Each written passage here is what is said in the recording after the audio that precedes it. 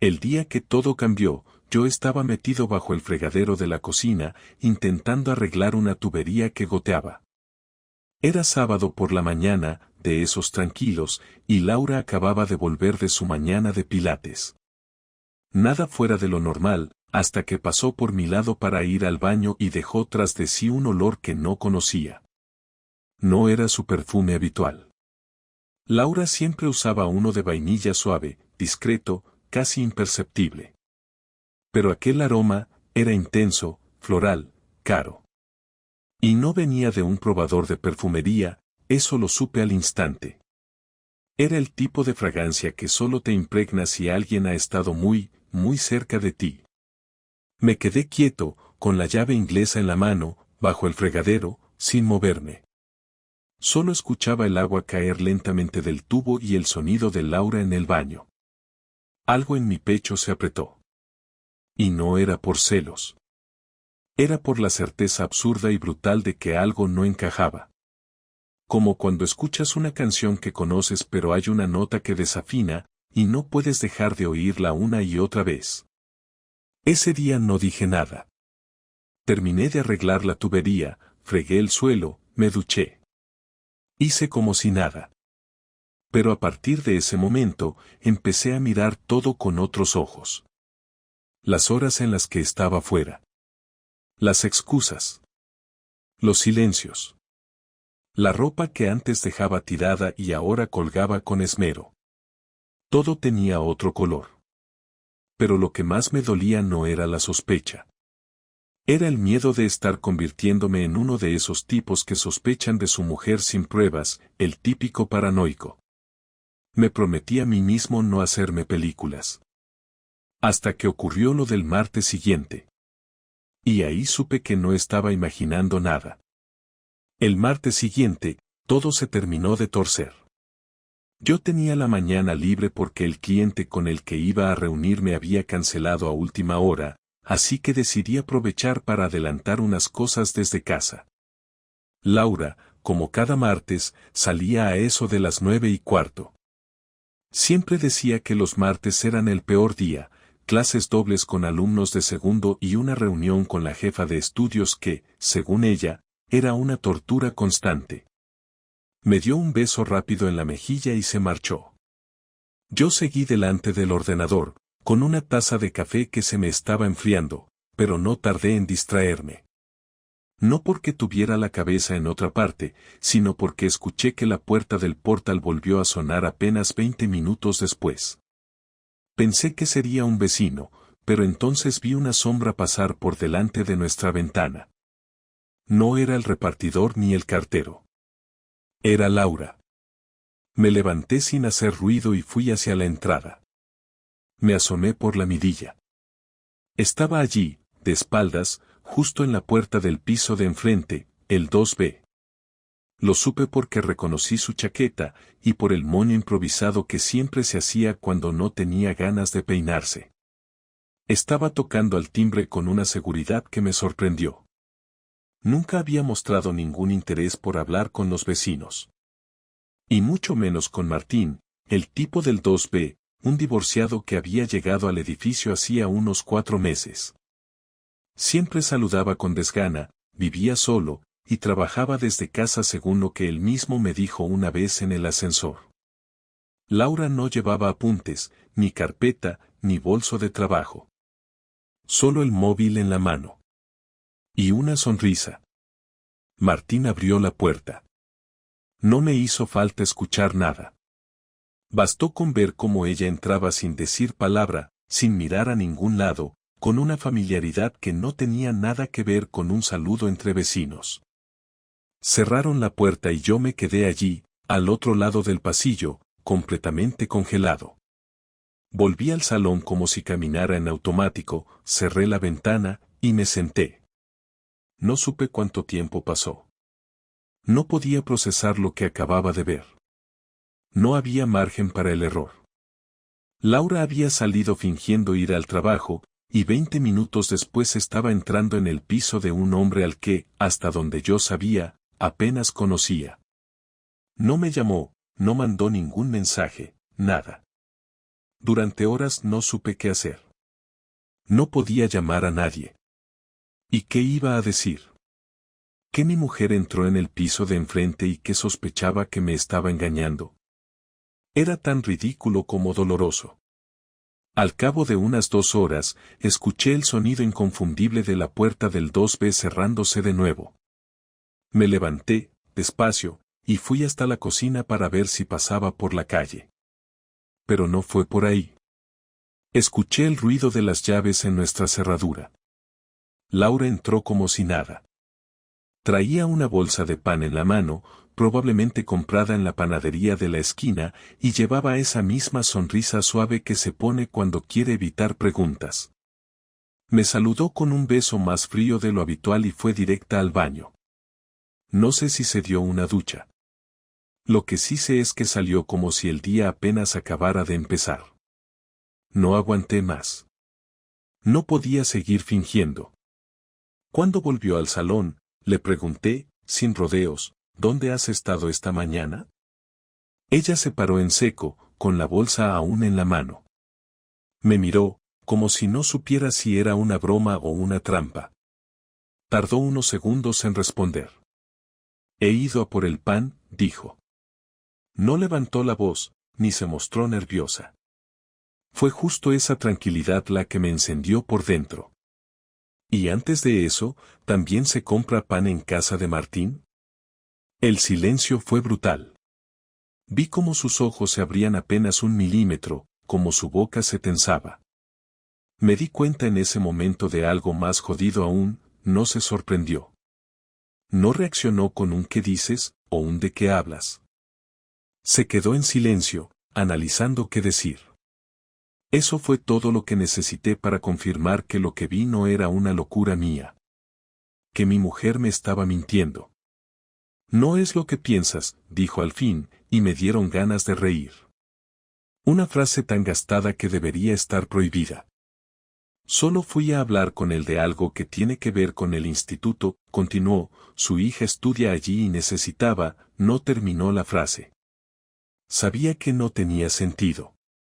Martín no tenía hijos. Me lo había dicho él mismo la primera vez que coincidimos en la puerta. ¿Tú me crees imbécil, Laura? Mi voz fue seca, sin gritos. Solo tenía rabia. Ella se sentó en el sofá, como si sus piernas no aguantaran más. Me miró por primera vez como si estuviera viendo la magnitud de lo que había pasado. Javi, escúchame. Solo fue una vez, dijo. No sé si lo dijo para calmarme, para salvar algo, o porque le parecía menos grave así. Pero lo dijo. Con esas palabras. Y ahí se acabó todo. No necesité que me explicara más. No hizo falta que me diera detalles. En ese instante, entendí que lo nuestro había terminado. Tal vez hacía mucho. Tal vez solo estaba esperando a que yo lo descubriera. Y ahora que lo había hecho, ni siquiera intentaba negarlo. Solo quería minimizarlo. Como si se pudiera. No soy de los que levantan la voz ni de los que hacen escenas, pero esa tarde me senté frente a Laura y le dije que no se moviera, que iba a hablar y que no iba a aceptar ni una sola evasiva. Ella seguía en el sofá, con los codos apoyados en las rodillas y las manos entrelazadas, como si no supiera qué hacer con ellas. Yo no necesitaba más pruebas ni más explicaciones, pero sí necesitaba que dijera en voz alta lo que había hecho, que no se escondiera detrás de excusas o frases a medias. Le pregunté cuánto tiempo llevaba, si era solo ese día o si había pasado antes, y no tardó mucho en contestar, como si ya tuviera preparada la respuesta, como si supiera que esto iba a pasar tarde o temprano.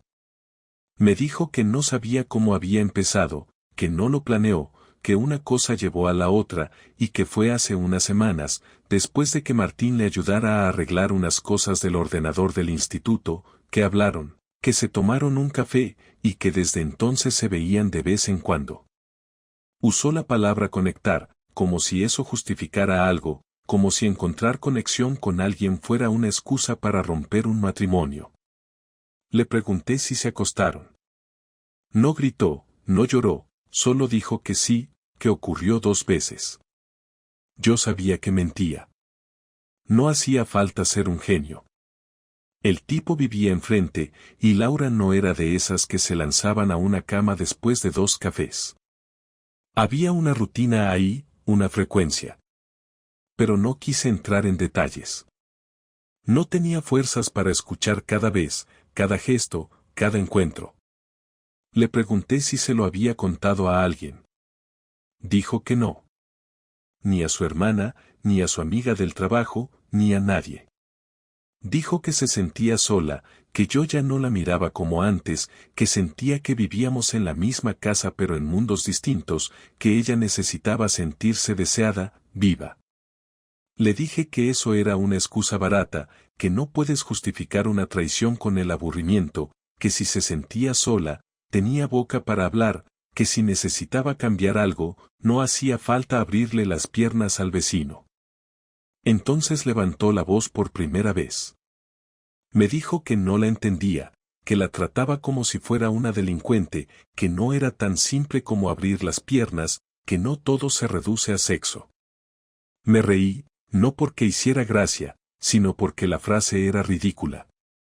Le dije que si no todo se reducía a sexo, entonces ¿por qué había terminado en la cama con otro? Me respondió que no lo buscó, que se dejó llevar, que fue algo emocional, que necesitaba sentirse escuchada. Le pregunté si alguna vez pensó en mí durante todo eso, si alguna vez pensó en lo que pasaría si yo me enteraba. Me dijo que sí, pero que en ese momento no podía pensar con claridad. Le dije que no era cierto, que para entrar en la casa del vecino y follar hacía falta tener muy claro lo que se está haciendo, que eso no se hace por accidente. Me levanté, caminé hasta la ventana y estuve a punto de abrirla para ver si Martín estaba en casa. No porque fuera a ir a hablar con él, sino porque necesitaba saber si ese cabrón seguía allí, como si nada, a 10 pasos de donde yo vivía. Le pregunté a Laura si él sabía que yo ya lo sabía. Me dijo que no le había dicho nada, que pensaba cortar con él desde hacía días, que lo nuestro era más importante. Le respondí que eso lo tenía que haber pensado antes, no ahora que la habían pillado, que lo nuestro se había roto en cuanto se acostó con él. Me dijo que no quería perderme, que no quería perder nuestra vida juntos, y ahí fue cuando exploté. Le grité que no me jodiera con eso, que no podía traicionarme y luego venir a pedirme que lo olvidara, que no era una cuestión de orgullo, que era una cuestión de respeto, y que ella lo había tirado a la basura sin dudarlo. Ella rompió a llorar, pero yo no me acerqué. No tenía nada que ofrecerle en ese momento. No quería abrazarla ni consolarla. No era una discusión, era una sentencia. Le dije que iba a salir un rato, que necesitaba aire, que cuando volviera no quería escuchar más excusas. Me miró con los ojos rojos, con la cara desencajada, y dijo que lo sentía, que no sabía cómo arreglarlo. Le respondí que ya no se podía arreglar, que como mucho se podía decidir cómo terminarlo. Salí del piso y bajé a la calle. Caminé sin rumbo, con los puños cerrados en los bolsillos. No llamé a nadie, no prendí el móvil. Solo necesitaba no verla. No podía soportar que siguiera dentro de esa casa, que todavía oliera a ella, a ese perfume que no era suyo, que no era mío. Volví 2 horas después. Ella seguía sentada en el mismo lugar, como si no se hubiera movido. No dije nada. Me metí en la habitación, cerré la puerta y dormí en el suelo. Esa noche no soñé. Esa noche empecé a planear. A la mañana siguiente me desperté con la espalda destrozada por haber dormido en el suelo, pero con la mente tan clara como nunca. No hubo dudas ni vacilaciones. Sabía exactamente qué quería hacer y cómo. No quería romperle nada, no quería gritarle delante de nadie ni tirarle las cosas por la ventana. Eso sería darle el drama que quizás esperaba. Yo iba a joderle la vida con orden, con calma y con cada paso calculado, porque si algo tenía claro era que no iba a permitir que esta historia terminara como si aquí no hubiera pasado nada. Me vestí sin hacer ruido y salí del piso sin decirle una palabra. Bajé al portal, toqué al 2B y esperé. Nada. Volví a tocar, esta vez con más insistencia. Martín abrió con cara de dormido y el pelo revuelto. No me dijo ni buenos días, solo se quedó ahí, en calzoncillos y con la puerta entreabierta. No lo dejé hablar. Tú y yo tenemos que hablar, le solté. Se quedó mirándome, como si no supiera si echarse atrás o abrir del todo. Al final, abrió. Entré sin pedir permiso. El piso era más pequeño que el nuestro, con las cortinas bajadas y olor a sudor y café viejo. Me senté en la silla junto a la mesa del salón, y él cerró la puerta con una lentitud que delataba su nerviosismo. Le dije que no iba a pegarle, que no había venido a eso, que no valía la pena. Lo que quería era dejarle las cosas claras, sin gritos, sin amenazas. Le pregunté si sabía que Laura y yo seguíamos juntos. Me respondió que sí, pero que ella le había dicho que lo nuestro estaba mal, que no hablábamos, que casi no nos tocábamos. Me reí. Claro que eso decía. Le dije que todo eso era verdad, pero que eso no le daba carta blanca para follarse a mi mujer. Me miró con cara de no saber qué responder. Le pregunté si pensaba seguir viéndola. Dijo que no había sido nada serio. Ahí ya me costó no levantarme. Nada serio. 2 meses metiéndose en mi cama y ahora se sacaba de encima la responsabilidad como si hubiese sido una copa de más. Le dije que iba a hablar con la administración del edificio, que iba a pedir una copia del contrato de alquiler y que si había alguna cláusula por comportamiento inapropiado, la iba a usar. Que si trabajaba desde casa, como decía, se fuera buscando otro sitio, porque no quería verle ni en el ascensor. Martín intentó justificarse, que no quería problemas, que no sabía que las cosas se pondrían así. Le dije que eso ya no me importaba. Me levanté, salí del piso y cerré la puerta con fuerza. No dije nada más. Volví al nuestro y encontré a Laura en la cocina, con la mirada perdida en una taza de café. Me acerqué y le dije que necesitaba su tarjeta de crédito, que iba a hacer un gasto grande y que no quería usar la mía. Me la dio sin preguntar. Sabía que no estaba en condiciones de negociar nada. Me fui directo a una notaría. Había estado años escuchando a amigos que se divorciaron hablar de abogados y repartos, pero yo no quería eso. No al menos ahora. Quería tener una ventaja, quería dejarlo todo atado antes de que ella pudiera maniobrar. Hablé con un notario, le expliqué la situación y le pedí que me ayudara a redactar un documento de separación de bienes. No el típico, sino uno donde constara que cualquier propiedad que compráramos desde ese día sería exclusivamente mía, sin derecho a reparto. No era fácil de justificar sin una separación legal, pero el notario, tras unos ajustes, consiguió redactar algo que ella podía firmar sin saber del todo lo que implicaba. Volví a casa por la tarde, con el documento bajo el brazo. Le dije que, si quería que lo nuestro tuviera una mínima posibilidad de continuar, tenía que firmar eso. Que era una forma de mostrarme que asumía lo que había hecho, que no se iba a quedar con la mitad de todo si esto terminaba. Dudó, por supuesto, pero yo fui claro. Si no firmaba, me iba esa misma noche. Que no era un castigo, era una forma de protegerme. Acabó firmando. No dijo nada mientras lo hacía, solo bajó la cabeza y escribió su nombre en el papel. Guardé el documento en mi mochila y le dije que tenía cosas que hacer. Lo siguiente fue preparar mi salida. No para irme yo, sino para que se fuera ella. Empecé a hablar con su hermana, con la que nunca tuve mucha relación, pero a quien sabía que ella escuchaba. Le conté todo. Sin adornos, sin suavizar. Ella se quedó en shock, pero me agradeció que se lo dijera. También hablé con dos amigas suyas, las que solían venir a casa a tomar vino y hablar de cualquier tontería. Les mandé un mensaje y les dije que hablaran con ella, que lo supieran de primera mano. En pocas horas, el círculo íntimo de Laura estaba al tanto. No lo hice por venganza barata, lo hice porque quería que se sintiera sola, que notara la presión, que no pudiera seguir con la idea de que esto era algo que podía manejar como si nada. El último paso fue hablar con su jefe. No directamente. Le envié un correo anónimo al instituto, explicando que había rumores entre alumnos sobre una relación entre un profesor del centro y una mujer casada del equipo docente. No dije nombres, pero lo suficiente para que se sembrara la duda. Sabía que eso iba a llegar a oídos de ella. Sabía que su trabajo era importante para Laura. Y no me importó.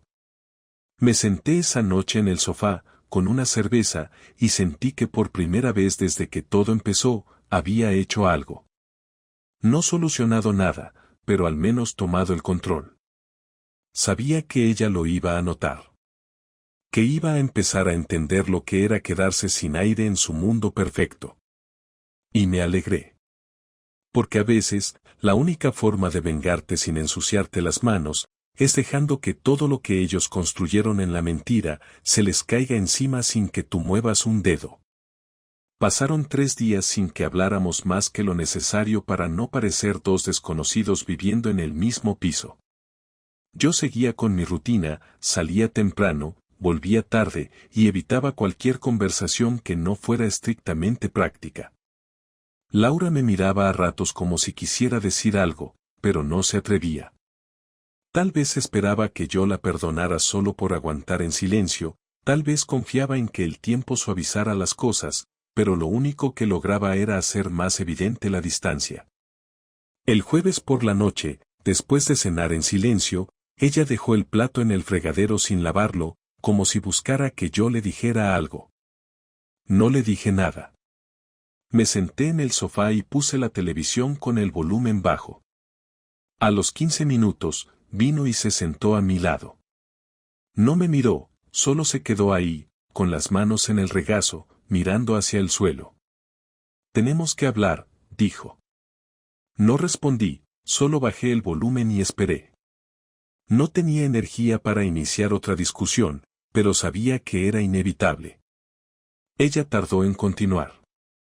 Se notaba que estaba ensayando las frases en su cabeza, como si buscara una forma de decirlo sin que doliera tanto, aunque ya no quedaba nada que doliera más. No sé si esto tiene arreglo, pero necesito entender qué quieres hacer. Si vamos a seguir o si esto se acabó. No puedo vivir con esta incertidumbre. Le dije que para mí ya estaba claro desde el martes, que lo único que faltaba era formalizarlo, que no me interesaba vivir con alguien en quien no confiaba, y que aunque la rutina pudiera seguir unos días más, ya no éramos una pareja. Me pidió que lo pensara mejor, que todos cometemos errores, que ella estaba dispuesta a hacer terapia, a ir a donde hiciera falta. Le pregunté si habría estado dispuesta a todo eso si yo no me hubiese enterado. No contestó. Le dije que no podía construir nada con alguien que solo reconoce sus errores cuando los pillan, que si de verdad me valorara, no habría hecho lo que hizo. Me miró con los ojos llenos de lágrimas, pero no lloró. Dijo que entendía mi rabia, que no la culpaba, que si los roles estuvieran invertidos, ella reaccionaría igual. Sé que no tengo derecho a pedirte nada, dijo, pero si puedes, no me odies. Le dije que no la odiaba, que para odiar a alguien hace falta seguir sintiendo algo fuerte, y que lo único que sentía ahora era un cansancio profundo.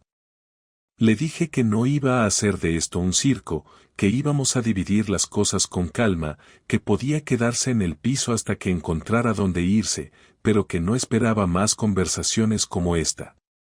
Que lo que necesitaba ahora era silencio y distancia. Ella asintió, sin discutir, sin insistir más. Se levantó del sofá y se fue al dormitorio. Esa fue nuestra última conversación como pareja. Esa noche no dormí. No porque tuviera dudas, sino porque la cabeza no paraba. Pensé en los años que habíamos compartido, en los viajes, en las pequeñas cosas, en las discusiones y en los momentos buenos. Todo eso seguía ahí, en mi memoria, pero sin el valor que antes tenía. Me di cuenta de que lo más duro no era el engaño, sino aceptar que había amado a alguien que era capaz de traicionarme sin ningún remordimiento hasta que la pillaron. Que había compartido mi vida con alguien que sabía mentirme sin pestañear. No había vuelta atrás. Al día siguiente le dejé una hoja con los puntos básicos del reparto, ella se quedaría con el coche, con su cuenta personal y con los muebles del dormitorio, yo me quedaría con el piso, ya que era mío antes de casarnos, y con todo lo que estuviera a mi nombre. Nada de peleas ni abogados, si ella aceptaba. A media tarde me escribió un mensaje diciendo que estaba de acuerdo. Su tono era frío, práctico, como si estuviéramos resolviendo una herencia. Supongo que para ella también se había acabado algo, aunque su forma de asumirlo fuera distinta. El domingo por la mañana, recogió algunas cosas y se fue a casa de su hermana. No me avisó, solo dejó una nota en la mesa diciendo que necesitaba espacio. Yo no respondí. Pasaron los días, y así fue como dejamos de vivir juntos. No hubo portazos, no hubo insultos, solo una desconexión lenta, inevitable. Como si cada uno hubiera ido bajando el volumen hasta que ya no quedaba sonido entre nosotros. Y aunque no hubo gritos ni lágrimas en la despedida, sentí que algo dentro de mí también se iba con ella. Algo que ya no iba a volver. No era amor, no era rabia, era una mezcla rara de resignación y alivio. Como cuando terminas un trabajo que odias y no sabes si estás triste por irte o contento por no volver. Esa fue la última vez que hablamos de verdad. Después solo hubo mensajes para coordinar lo pendiente, para cerrar cuentas y formalizar el final. No le deseé suerte ni ella me la deseó a mí. No hacía falta. Ninguno de los dos tenía ya nada que decirle al otro. El día que firmamos los papeles de la separación fue un martes por la tarde en una notaría del centro, cerca de Sol. Llegamos por separado, cada uno con su carpeta y su cara de no querer estar allí, aunque en el fondo los dos sabíamos que era lo único que tenía sentido. No hubo abrazos, ni miradas, ni siquiera una frase amable. Solo dos firmas y un apretón de manos con el notario, que hizo su trabajo sin mostrar emociones. Cuando salimos del edificio, Laura me preguntó si quería tomar algo, un café o una cerveza, como una forma de cerrar todo con algo menos áspero. Le dije que no, que prefería irme directo a casa. Me miró, asintió y se marchó hacia el metro sin insistir. La vi alejarse y supe que no iba a volver a verla. No porque lo hubiéramos acordado así, sino porque ya no tenía sentido hacerlo. Lo nuestro había dejado de existir mucho antes de esa firma, y ahora solo quedaba seguir adelante con lo que quedara de cada uno. Los primeros días después del final fueron raros. El piso se sentía más grande, pero no por una cuestión de espacio. Era más silencioso, más ordenado, y al mismo tiempo más vacío. No sabía bien qué hacer con las rutinas que antes compartíamos. Cocinaba solo, ponía una sola taza para el desayuno, y no tenía a nadie a quien contarle cómo me había ido el día. No porque necesitara eso realmente, sino porque durante años lo había tenido y ahora ya no. Me pasé varias noches sin dormir, no por tristeza, sino porque mi cabeza no terminaba de adaptarse a esa nueva vida en la que Laura ya no estaba. Pensé en llamarla alguna vez, en preguntarle cómo iba todo, pero me detuve a tiempo. No era por orgullo, era por coherencia. Ya habíamos dicho todo lo que había que decir, y volver a hablar no iba a cambiar nada. Con el tiempo, empecé a acomodarme en la nueva rutina. Me apunté al gimnasio del barrio, empecé a comer mejor, a salir más con compañeros del trabajo y a ocupar mis fines de semana con actividades que antes siempre quedaban en segundo plano. No lo hacía para llenar un vacío, sino para recuperar el control sobre mi tiempo, que durante mucho tiempo había estado dividido entre compromisos que ahora ya no existían. Algunas personas me preguntaban por Laura, por qué no venía a las cenas o por qué ya no subía fotos con ella. Respondía con una frase corta, sin entrar en detalles, porque entendí que a la mayoría no le interesaba la historia completa, solo querían saber si yo estaba bien o si debían dejar de invitarla también. Y eso me venía bien. No tenía ganas de dar explicaciones. Una noche, después de salir del trabajo, pasé por delante del edificio donde vivía Martín. Por costumbre, levanté la vista hacia el segundo piso. Las persianas estaban cerradas y no había luz. No sabía si seguía viviendo allí, si se había mudado o si simplemente no estaba en casa. No sentí rabia ni asco. Solo curiosidad, como cuando ves a alguien de lejos que te suena pero no recuerdas de dónde. Supuse que Laura tampoco lo veía más. Me parecía lógico. La historia entre ellos no tenía cómo sostenerse ahora que había salido a la luz. Y aunque no me alegrara de eso, tampoco me afectaba. Era como ver el final de una película que ya no te importa. Un sábado por la tarde, mi madre me llamó para preguntarme si estaba todo bien. Le había llegado el rumor de que Laura y yo ya no vivíamos juntos. No me sorprendió. En los barrios como el nuestro, esas cosas corren rápido. Le confirmé que era cierto, que nos habíamos separado, y que no había marcha atrás. Se quedó callada un momento, luego me dijo que lo sentía, pero que prefería no entrar en detalles. Agradecí que no insistiera. Nunca fui de compartir mis problemas con la familia, y menos ahora que todo ya estaba hecho. Pasaron los meses y empecé a sentir que algo se acomodaba dentro de mí. No una felicidad desbordante, ni una superación mágica, sino una especie de paz silenciosa. Ya no pensaba en Laura todos los días, ni en lo que había pasado, ni en lo que podría haber sido distinto. Simplemente había aceptado que las cosas se dieron como se dieron, que no siempre hay justicia ni respuestas claras, y que seguir adelante es lo único que queda cuando ya no hay nada que arreglar. No sentía rencor, pero tampoco ganas de reconciliación. Era un capítulo cerrado. Hace poco, mientras hacía limpieza en el armario, encontré una caja con algunas fotos nuestras de viajes, cumpleaños y navidades pasadas. La abrí, la miré un rato y la cerré sin sacar ninguna. No me molestó verla. Tampoco me trajo nostalgia. Solo me confirmó que esa vida ya no era la mía, y que no tenía sentido seguir arrastrando recuerdos que ya no significaban lo mismo. La dejé en el trastero, junto a otras cosas que uno guarda sin saber si algún día volverá a mirar. Hoy no tengo planes a largo plazo. No pienso en rehacer mi vida ni en encontrar a alguien nuevo. No descarto nada, pero tampoco lo busco. Me levanto, trabajo, salgo, hago mis cosas y me acuesto sin pensar en lo que pudo haber sido. Me basta con saber que, aunque el golpe fue duro, lo pasé con la cabeza en alto. Y eso, al final, es lo único que necesitaba. No para vengarme, no para ganar nada, sino para no perderme a mí mismo en el proceso. Así terminó mi historia. Sin fuegos artificiales, sin redención, sin reconciliación. Solo con un final claro y el aprendizaje de que, a veces, lo único que se puede hacer es salir entero y seguir caminando.